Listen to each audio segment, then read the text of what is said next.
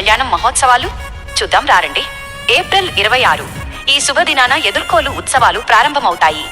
శ్రీ స్వామివారిని పెళ్లి కొడుకుగా, అమ్మవారిని పెళ్లి కుమార్తెగా అలంకరించి ముస్తాబు చేస్తారు.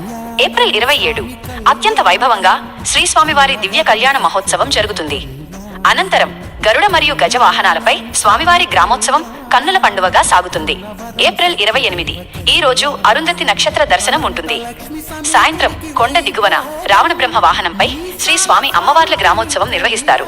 ఏప్రిల్ 29 విద్వత్ పండితుల సమక్షంలో పండిత సదస్యము జరుగుతుంది. అనంతరం కొండ దిగువన పొన్న వాహనంపై స్వామి అమ్మవార్ల గ్రామోత్సవం ఉంటుంది. ఏప్రిల్ 30 భక్తజన సందోహం మధ్య రథోత్సవం వైభవంగా జరుగుతుంది. కొండ దిగువన దివ్య రథంపై స్వామివారి గ్రామోత్సవం మరియు వన విహారోత్సవం నిర్వహిస్తారు. మే 1 పవిత్ర పంపా సరోవరంలో శ్రీస్వామి అమ్మవారికి చక్రస్నానం జరుగుతుంది. అనంతరం ఉత్సాహంగా దండియాడింపు కార్యక్రమం ఉంటుంది.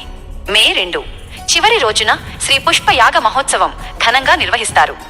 దీనితో స్వామివారి కళ్యాణ మహోత్సవాలు మంగళప్రదంగా ముగుస్తాయి. నమస్కారం. నవత టీవీ వార్తలకు స్వాగతం. కాకినాడ జిల్లా కోటనందూరు మండలం బొద్దవరం గ్రామంలో శ్రీ గొంపమ్మ తల్లి జాతర మహోత్సవాలు అంబరాన్ని తాకాయి. ఈ వేడుకల్లో భాగంగా నిర్వహించిన గుర్రపు పందెం పోటీలు చూపరులను ఎంతగానో అలరించాయి. వివిధ ప్రాంతాల నుండి తరలివచ్చిన 13 గుర్రాలు పందెం బరిలో నిలిచి గాలివేగంతో పోటీపడ్డాయి. ఉత్కంఠభరితంగా సాగిన ఈ పోటీల్లో విజేతలుగా నిలిచిన వారికి కోఆపరేటివ్ చైర్మన్ పెనుముచ్చు నాగేశ్వరరావు మరియు ఎస్ఐటి రామకృష్ణ బహుమతులను అందజేశారు. ఈ పోటీల్లో దాడినూక హనుమంతరావు ప్రథమ బహుమతి సాధించగా, సాయి మల్లంపాలెం ద్వితీయ, శ్రీ కొత్త మాంబిక విక్కీ తృతీయ బహుమతులను కైవసం చేసుకున్నారు. వీరితో పాటు శివరాజ్ బ్రదర్స్ మరియు గజపతి నగరానికి చెందిన హరి కూడా వరుస స్థానాల్లో నిలిచి నగదు బహుమతులు, షీల్డులను అందుకున్నారు. ఈ సందర్భంగా కోఆపరేటివ్ చైర్మన్ పెనుముచ్చు నాగేశ్వరరావు మాట్లాడుతూ, పాత ఆచారాలను మరిచిపోకుండా భావితరాలకు మన సంస్కృతిని అందిస్తున్న బొద్దవరం గ్రామ ప్రజలను ప్రత్యేకంగా అభినందించారు. అనంతరం ఎస్ఐ రామకృష్ణ మాట్లాడుతూ, పండుగలను కుటుంబ సభ్యులతో కలిసి సంతోషంగా జరుపుకోవాలని, ఎవరైనా అసాంఘిక కార్యక్రమాలకు పాల్పడితే కఠిన చర్యలు తీసుకుంటామని హెచ్చరించారు. ఈ ఉత్సవాలను విజయవంతంగా నిర్వహిస్తున్న గొంపమ్మ తల్లి ఉత్సవ కమిటీని అధికారులు ఈ సందర్భంగా ప్రశంసించారు. గొంపమ్మ తల్లి పండుగ సందర్భంగా బొద్దవరం గ్రామంలో ఏర్పాటు చేసిన గుర్రపు పందాల కార్యక్రమానికి ముఖ్య అతిథిగా వచ్చేసిన మన కోటనందూరు ఎస్ఐ గారికి, అలాగే గ్రామ పెద్దలకు, ఈ కార్యక్రమం నిర్వహించిన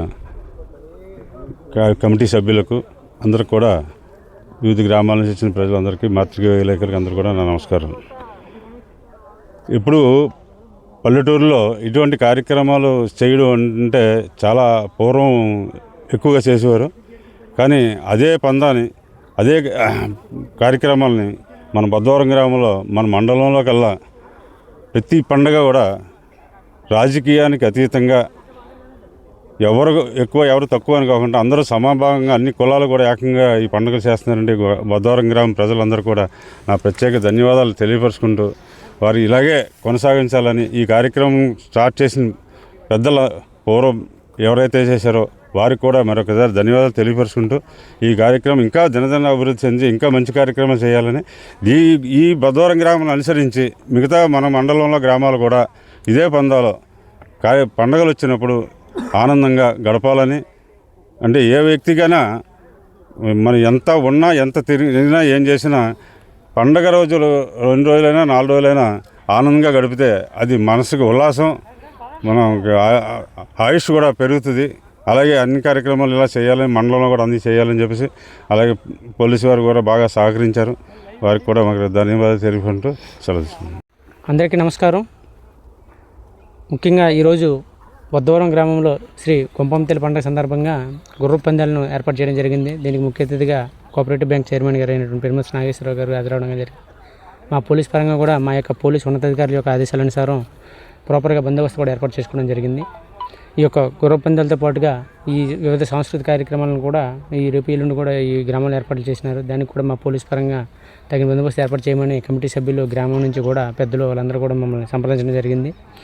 ముఖ్యంగా దయచేసి ఈ గ్రామం వరకు మాకు ఒక మంచి పేరే ఉంది. మండలంలో క్రైమ్ పరంగా కూడా అలాంటి ఇబ్బంది ఏమీ లేదు. కాకపోతే ముఖ్యంగా యువత ఎవరైతే ఉంటారో అలాంటిది ఎవరైనా తప్పులు, ముఖ్యంగా జాతర టైంలో కానీ, నైట్ ప్రోగ్రామ్ టైంలో కానీ ఎవరైనా తప్పులు చేసి గొడవలు పడితే మాత్రం ఖచ్చితంగా వారిపైన క్రిమినల్ చర్యలు యాక్షన్ తీసుకోవడానికి అయితే మాత్రం నేను అడగడం తెలియజేస్తున్నాను. దీని థ్యాంక్ యూ. కోటనందూరు మండలం అండి. నా పేరు గెడ్డం కొండనాయుడు. మా ఊరి బొద్దవరం గ్రామంలో మా గ్రామ దేవత శ్రీ శ్రీ గొంపమ్మ తల్లి బాల గొంపమ్మ తల్లి పేరుని మా పూర్వం పెద్దలు కూడా ఈ మంగళవారం గరగలు తీస్తే వచ్చి మంగళవారం పండగ చేస్తారు.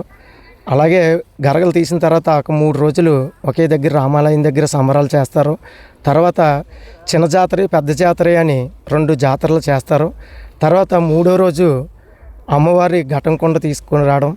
ఆ కుండ దగ్గర నుంచి ఒక ఆనవాయితీ ఉంది.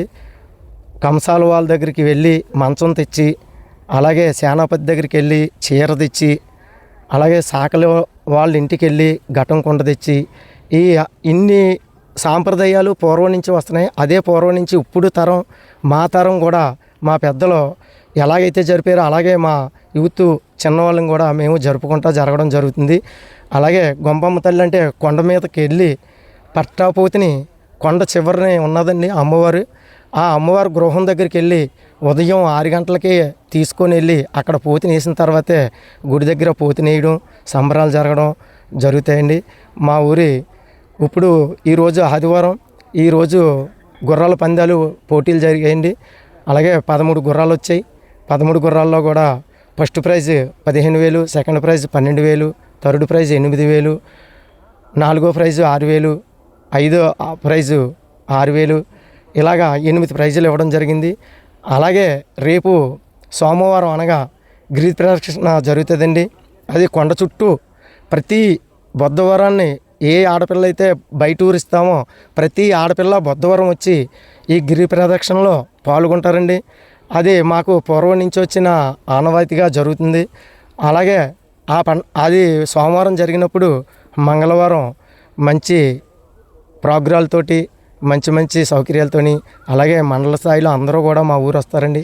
మా ఊరు మంచి కలిసికట్టుగా ఉండి ఏ పార్టీలకి అభ్యర్థంగా పార్టీలు ఇస్తారో అన్ని పార్టీలకి కలిసి చాలా సంతోషంగా జరుపుకుంటాం. ఇలాగే మా పిల్లలు కూడా మా పెద్దవాళ్ళు ఎలా జరిపారో అలాగే మేము జరుపుతున్నాం. మా పిల్లలు కూడా జరపాలని కోరుకుంటూ సెలవు తీసుకుంటాం.